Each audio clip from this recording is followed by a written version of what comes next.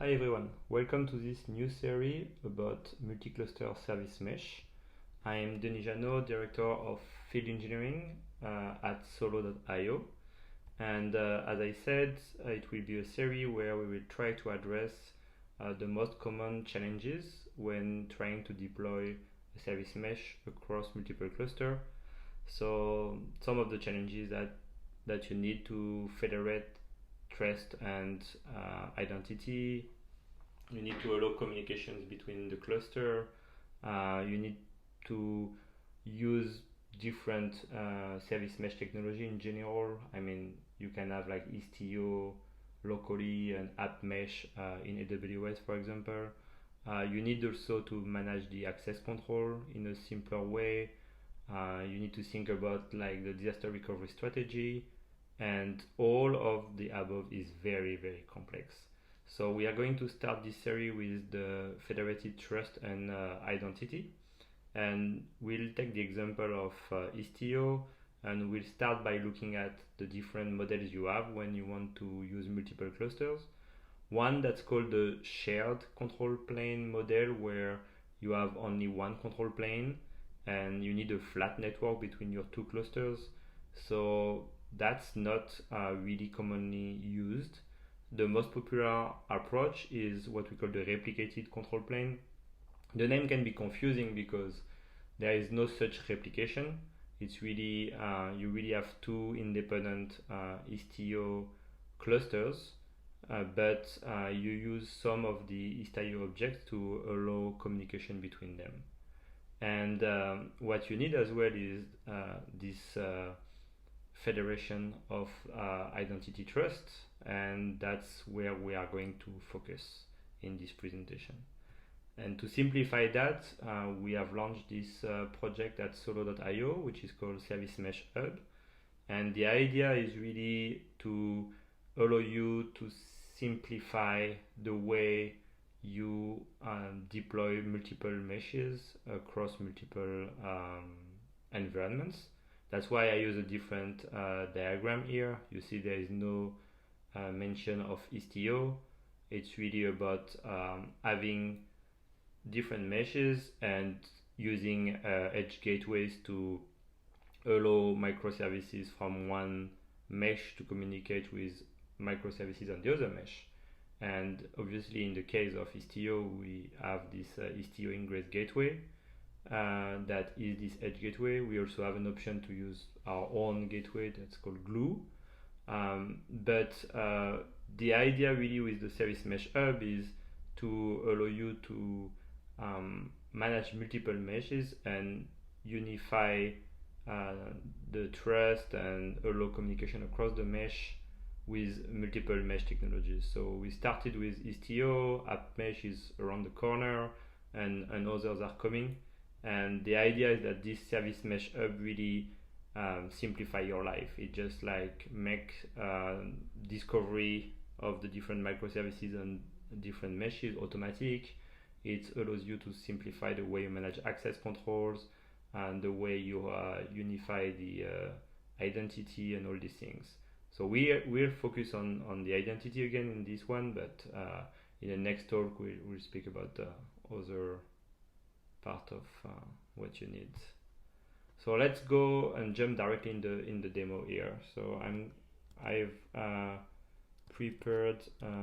So basically, what I'm going to do is that it's part of a workshop that we are going to deliver soon. The first workshops will be in September in both US and Europe time zones, so you'll be able to register in the one that makes more sense for you.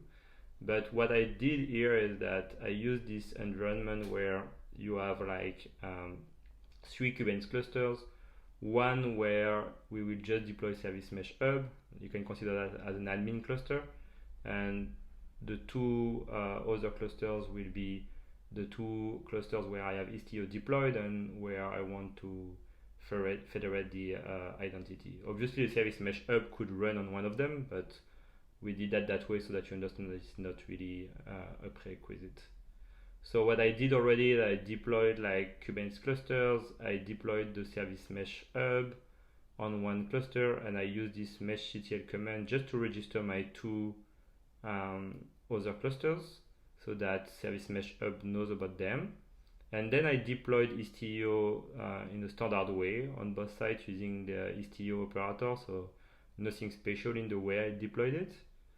And finally, I deployed the famous Bookinfo demo app. So now what I'm going to do is that I'm going to look at the current identity of these two meshes. So if I so remember, Kind2 is my first cluster and Kind3 is my second cluster. So here I'm going to send a request between the from the reviews microservice on this cluster to the rating microservice on the same cluster. And I'm going to look at what I get. So here you should see that there is no such TLS happening here. So what I'm going to do first is to enable that. So I'll enable TLS by switching the mode to strict on both cluster, Kind2 and Kind3. So just going to do that quickly, and if I call the same command here, then it will be more interesting because I'll be able to see that the certificates here, the certificate chain with this cluster.local organization, which is the default one. You see you have one that's finished by DAY here, for example. So what I'm going to do now is that I'm going to run the same command, but I'm going to do it on the other cluster, Kind3. And you should see the same organization name, but as you can see, the certificates are different. So that's why now we need to unify that so that they can trust each other, and we can have like secure MTLS between the two clusters. So what we do in our case that we have this CRD that's called virtual mesh, where we just simply say that we want to create a virtual mesh based on the two mesh we have today, like Kind2 and Kind3, and we want also like this auto restart pods. Makes your life easier because basically when you have this new identity, you need to restart multiple Istio components so that they will start to use the new certificates. So I just enabled that. So I'm going to create this object here on the service mesh hub, and what you can see what happens, you know, there is like a certificate that will be spreaded across the two clusters, so you'll be able to get it on the two clusters, and at that time you know that most of the things have already happened, but we'll also be able to take a look at the service that will restart and things like that. So let me check that here. So for the moment nothing is restarting because the certificates are not delivered yet. You see it's there on Kind2, should probably be there on Kind3 as well. Yes, and now if I look at the services on Kind2, you start to see that the different pods are restarted so that the sidecar proxy on all of these different pods now we'll use the new certificates. So let's wait a little bit more. That should be quite fast. You see also that Istio Ingress Gateway restarting as well because it also needs to have these new certificates.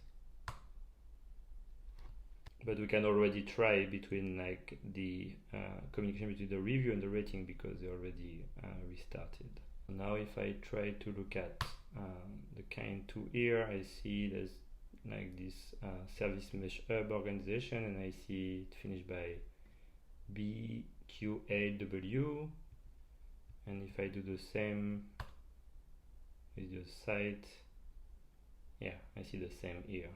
So you see that now we have like an unified identity. So let me go back quickly on my slides here.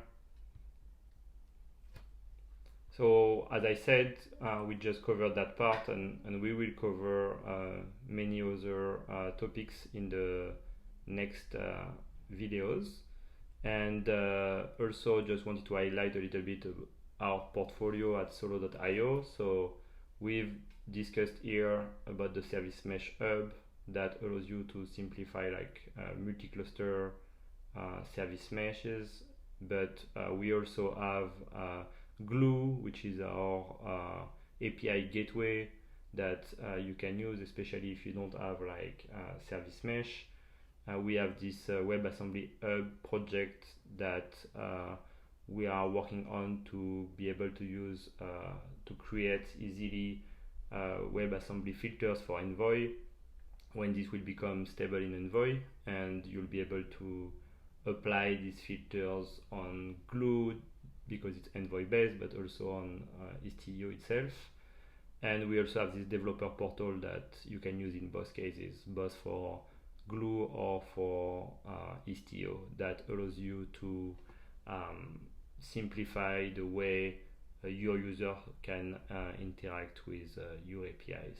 So I hope you enjoyed this video, and the next one is coming soon, where we will cover the way Service Mesh Hub helps you to simplify the communication between the two clusters. Thank you.